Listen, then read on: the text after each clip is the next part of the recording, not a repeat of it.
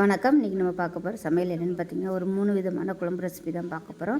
First பருப்பு உருண்டை குழம்பு, 2வது கருவேப்பிலை குழம்பு, 3வது முருங்கைக்காய் தொக்கு. இது 3மே நல்லாயிருக்கும். இட்லி, தோசை, சாதம் எல்லாத்துக்குமே சூப்பராக இருக்கும். வாங்க எப்படி செய்யலாங்கிறத பார்க்கலாம். ஒரு மிக்ஸி ஜார் எடுத்துக்கலாம். 100 கிராம் அளவுக்கு கடலைப்பருப்பு, ஒரு 2 டேபிள் ஸ்பூன் துவரம்பருப்பு நல்லா 2 மணி நேரம் ஊற வச்சு எடுத்து வச்சுருக்கிறேன். இதை சேர்த்துக்கலாம். மிக்ஸி ஜாரில் தண்ணியை வடிய விட்டு சேர்த்துக்கலாம். வெறும் கடலைப்பருப்பு மட்டும் சேர்க்கும்போது, அதிகமாக சேர்க்கும்போது டேஸ்ட் நல்லாயிருக்கும். உருண்டையும் நல்லா ஸ்ட்ராங்காக இருக்கும், உடையாது. இப்போ இதில் ஒரு 4 வரமிளகாய் சேர்த்துக்கலாம். உடைச்சிட்டு சேர்த்துக்கோங்க, இல்லைன்னா அரைப்படாது.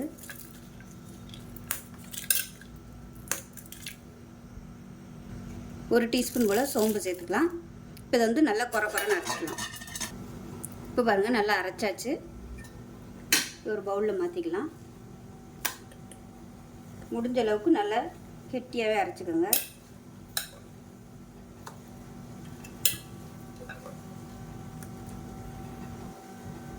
இப்போ பாருங்கள், இதில் பொடியாக நறுக்கின கொத்தமல்லி, பொடியாக கட் பண்ண பூண்டு சேர்த்துக்கலாம்.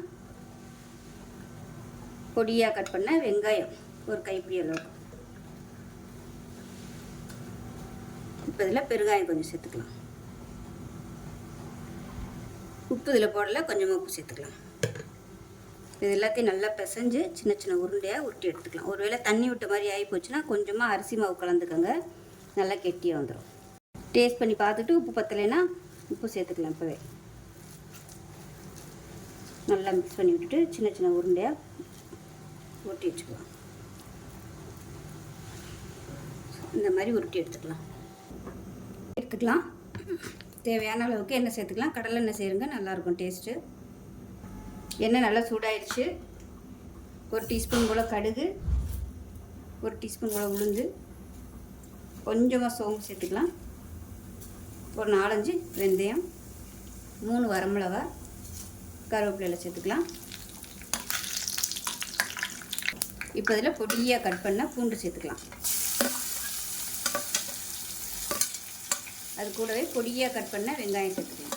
ஒரு 20 சின்ன வெங்காயம் பொடியாக கட் பண்ணிட்டு சேர்த்துக்கலாம்.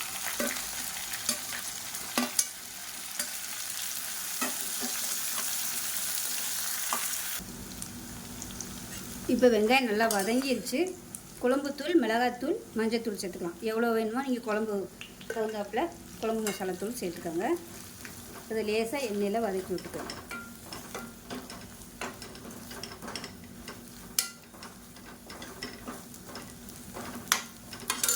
நல்லா வதக்கியாச்சு. இப்போ ஒரு 3 தக்காளி மிக்சியில் அடித்து வச்சுருக்கேன், அதை சேர்த்துக்கலாம். சேர்த்துட்டு நல்லா எண்ணெய் பிரிஞ்சு வரணும், அந்த அளவுக்கு நல்லா வதங்கட்டும். இப்போ பாருங்கள், தக்காளி நல்லா வதங்கி எண்ணெய் பிரிஞ்சு வந்துருச்சு. இந்த ஸ்டேஜில் தண்ணி சேர்த்துக்கலாம். நல்லா சூடான தண்ணியாக சேர்த்துக்கோங்க.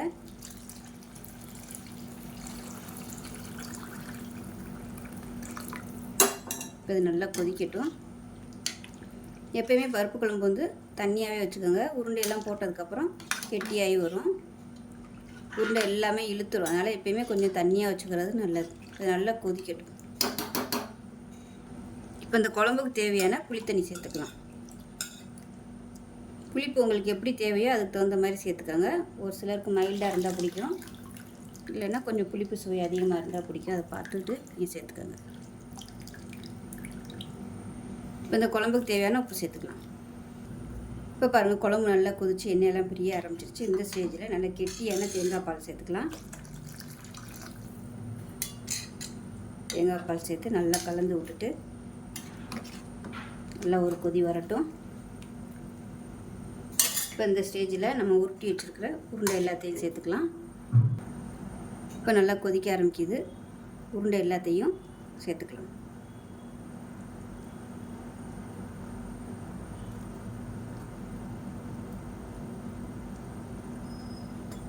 இப்போ அடுப்பை நல்லா குறைச்சி வச்சுருங்க. குறைச்சி வச்சுட்டு ஒவ்வொரு உருண்டையாக உள்ளே சேர்த்துக்கலாம். அப்போ தான் அந்த மிதமான தீயில் நல்லா வெந்து வரும். கொதிச்சுட்டு இருக்கையிலே எல்லாத்தையும் போட்டிங்கன்னா உருண்டையெல்லாம் உடஞ்சி போயிடும். அதனால் மிதமான கொதி இருக்கையிலே ஒன்று ஒன்றா போட்டுக்கலாம்.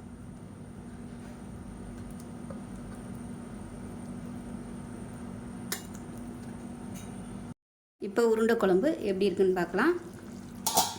பாருங்கள், உருண்டையெல்லாம் வெந்து மேலே வந்துருச்சு.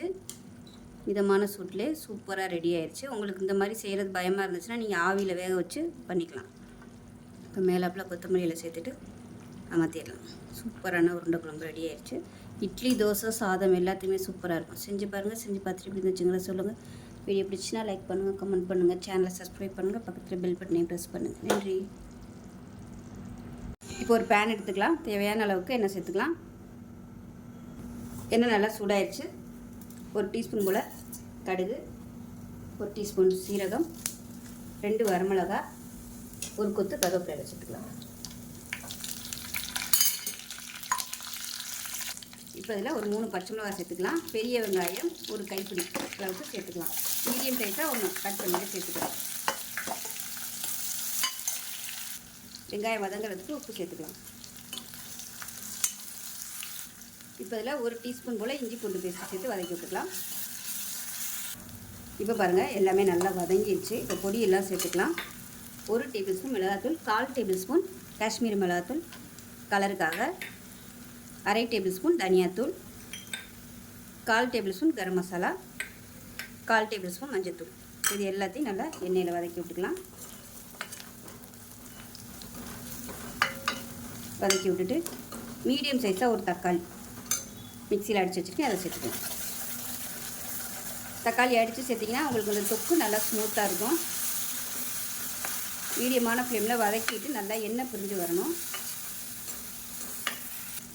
இப்போ பாருங்கள், நல்லா எண்ணெய் பிரிஞ்சு வந்துருச்சு. இப்போ இதில் வந்து மீடியம் சைஸாக ஒரு முருங்கைக்காயும் ஒரு 3 கத்திரிக்காயும் சேர்த்துக்கலாம்.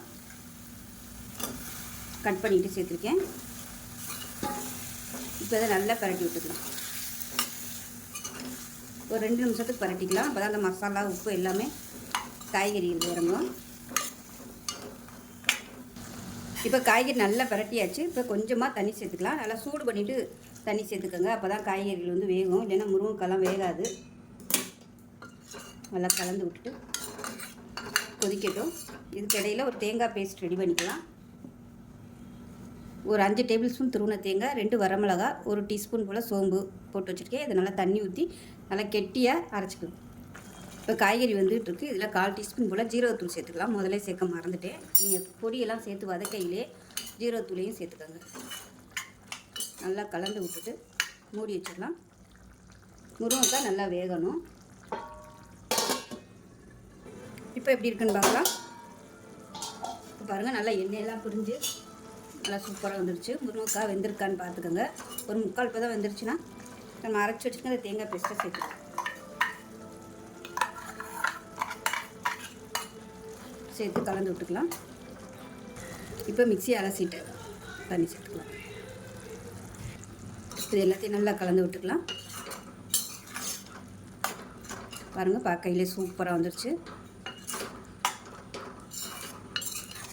ரொம்ப திக்காக இருந்துச்சுன்னா கொஞ்சமாக தண்ணி சேர்த்துக்கோங்க. ஏன்னா திருப்பி கொஞ்சம் கொதிக்க விடும்போது கரெக்டாக வந்துடும். இப்போ நான் லேசாக தண்ணி ஊற்றிக்கிறேன். சும்மா ஒரு 1 டேபிள் ஸ்பூன் கூட தண்ணி சேர்த்துக்கலாம். கலந்து விட்டுட்டு திருப்பி மூடி வச்சிடலாம். மீடியமான ஃப்ளேமில் வேகட்டும்.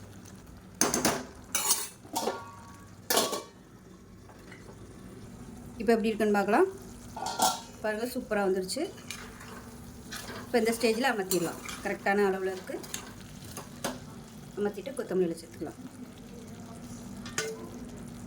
சூப்பரான கத்திரிக்காய் முருங்கைக்காய் தொக்கு ரெடி ஆயிடுச்சு. சாதத்துலேயும் போட்டு பசஞ்சு சாப்பிட்லாம். தயிர் சாதத்துக்கு அட்டகாசமாக இருக்கும். சைடிஷாகவும் வச்சு சாப்பிட்லாம். சூப்பராக ரெடி ஆயிடுச்சு. செஞ்சு பாருங்கள். செஞ்சு பார்த்துட்டு எப்படி இருந்துச்சுங்க சொல்லுங்கள். வீடியோ பிடிச்சிச்சுன்னா லைக் பண்ணுங்கள், கமெண்ட் பண்ணுங்கள், சேனலை சப்ஸ்கிரைப் பண்ணுங்கள், பக்கத்தில் பெல் பட்டனையும் ப்ரெஸ் பண்ணுங்கள். நன்றி. ஒரு பேன் எடுத்துக்கலாம். இதில் வந்து நல்லெண்ணெய் சேர்த்துக்கலாம். எண்ணெய் நல்லா சூடாயிருச்சு. மெஷரிங் கப்பில் 1 கப் அளவுக்கு கருவேப்பிலை எடுத்துக்கேன். இப்போ இதை நல்லா வறுத்து எடுத்துக்கலாம்.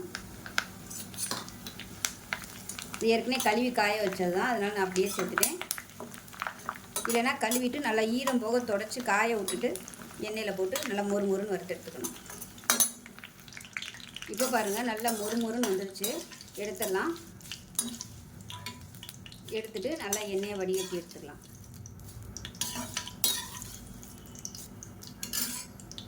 இப்போ நல்லா எண்ணெய் வடியட்டும். வடிஞ்சதுக்கப்புறமா மிக்சியில் போட்டு கொஞ்சமாக தண்ணி ஊற்றி நல்லா நைஸாக அரைச்சிட்டு பார்க்கலாம். இப்போ எண்ணெய் நல்லா சூடாக இருக்குது.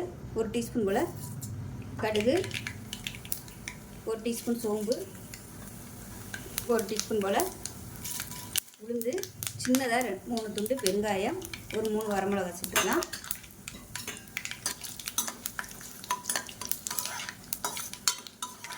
இது எல்லாமே பொரிஞ்சிருச்சு. இதில் வந்து ஒரு 20 பல் பூண்டு வந்து சின்னதாக கட் பண்ணி வச்சுட்டு அதை சேர்த்துக்கலாம். இது கூடவே நல்லா ஒரு கை அளவுக்கு சின்ன வெங்காயம் அதையும் சேர்த்துக்கலாம். சின்ன வெங்காயம் சேர்த்திங்கனால டேஸ்ட் நல்லாயிருக்கும். மீடியமான ஃப்ளேமில் பொன்னிறமாக வதக்கிக்கலாம். இப்போ பாருங்கள் வெங்காயம் நல்லா வதங்கிடுச்சு. இப்போ இந்த ஸ்டேஜில் அடுப்பு நல்லா குறைச்சி வச்சுட்டு குழம்புத்தூள் சேர்த்துக்கலாம். நான் வந்து ஒரு 3 ஸ்பூன் அளவுக்கு குழம்புத்தூள் சேர்த்துக்கிறேன். இப்போ காரத்துக்கு தேவையான மிளகாத்தூள் சேர்த்துக்கலாம். நல்லா காரமாக வேணால் நல்லா ஒரு 2 டேபிள் ஸ்பூன் சேர்த்துக்கோங்க. இந்த குழம்பு நல்லா காரமாக இருந்தால் தான் நல்லாயிருக்கும். இப்போ லேசாக எண்ணெயில் பரட்டி விட்டுக்கலாம். லேசாக 2 பரட்டிட்டு மீடியம் சைஸாக 2 தக்காளி மிக்சியில் அடித்து வச்சுருக்கேன், அதை சேர்த்துக்கலாம்.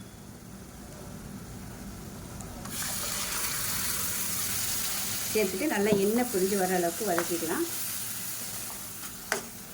இப்போ இந்த ஸ்டேஜில் நம்ம அரைச்சி வச்சுருக்க அந்த கருவேப்பிலையும் சேர்த்துக்கலாம். கொஞ்சமாக தண்ணி ஊற்றி அரைச்சிருக்கேன். முடிஞ்ச அளவுக்கு நல்லா நைஸாக அரைச்சிக்கோங்க. நல்லா கலந்து விட்டுட்டு நல்லா எண்ணெய் பிரிஞ்சு வரட்டும். இப்போ பாருங்கள் நல்லா எண்ணெய் தெளிஞ்சு வந்துருச்சு. இந்த ஸ்டேஜில் புளி தண்ணி தேவையான அளவுக்கு சேர்த்துக்கலாம். புளிப்பு டேஸ்ட் எவ்வளோ தேவையோ அதுக்கு தகுந்த மாதிரி சேர்த்துக்காங்க. இப்போ மிக்சியில் அலசின தண்ணியை சேர்த்துக்கலாம். சேர்த்துட்டு நல்லா கலந்து விட்டுட்டு இன்னும் கொஞ்சம் தண்ணி சேர்த்துக்கலாம். தண்ணி சேர்த்துட்டு நல்லா கொதிக்கட்டும். இந்த குழம்பு திக்காக இருந்தால் தான் நல்லாயிருக்கும். கொதிக்கட்டும். உப்பு சேர்த்துக்கலாம். குழம்புக்கு தேவையான உப்பு. இப்போ பாருங்கள் குழம்பு சூப்பராக ரெடி ஆகிடுச்சு. நல்லா கம்மன்னு பாருங்கள் எண்ணெயெல்லாம் தெளிஞ்சு அருமையாக வந்துருச்சு. இப்போ அமர்த்திடலாம். ஸோ இட்லிக்கெலாம் சுட சுட இட்லிக்கு இந்த குழம்பு தொட்டு சாப்பிடுங்க, அட்டகாசமாக இருக்கும். சாதத்துலேயும் போட்டு பிசைஞ்சு சாப்பிட்டிங்கன்னா சூப்பராக இருக்கும். சாதத்தில் கொஞ்சமாக போட்டு பிசைஞ்சு சாப்பிட்டிங்கன்னா அவ்வளோ அட்டகாசமாக இருக்கும். ஸோ இதுக்கு வந்து அப்பளம் சூப்பராக இருக்கும். செஞ்சு பாருங்கள். செஞ்சு பார்த்துட்டு எப்படி வந்துச்சுங்கிறத சொல்லுங்கள். வீடியோ பிடிச்சிச்சின்னா லைக் பண்ணுங்கள், கமெண்ட் பண்ணுங்கள், சேனலை சப்ஸ்கிரைப் பண்ணுங்கள், பக்கத்தில் பெல் பட்டனை ப்ரெஸ் பண்ணுங்கள். நன்றி.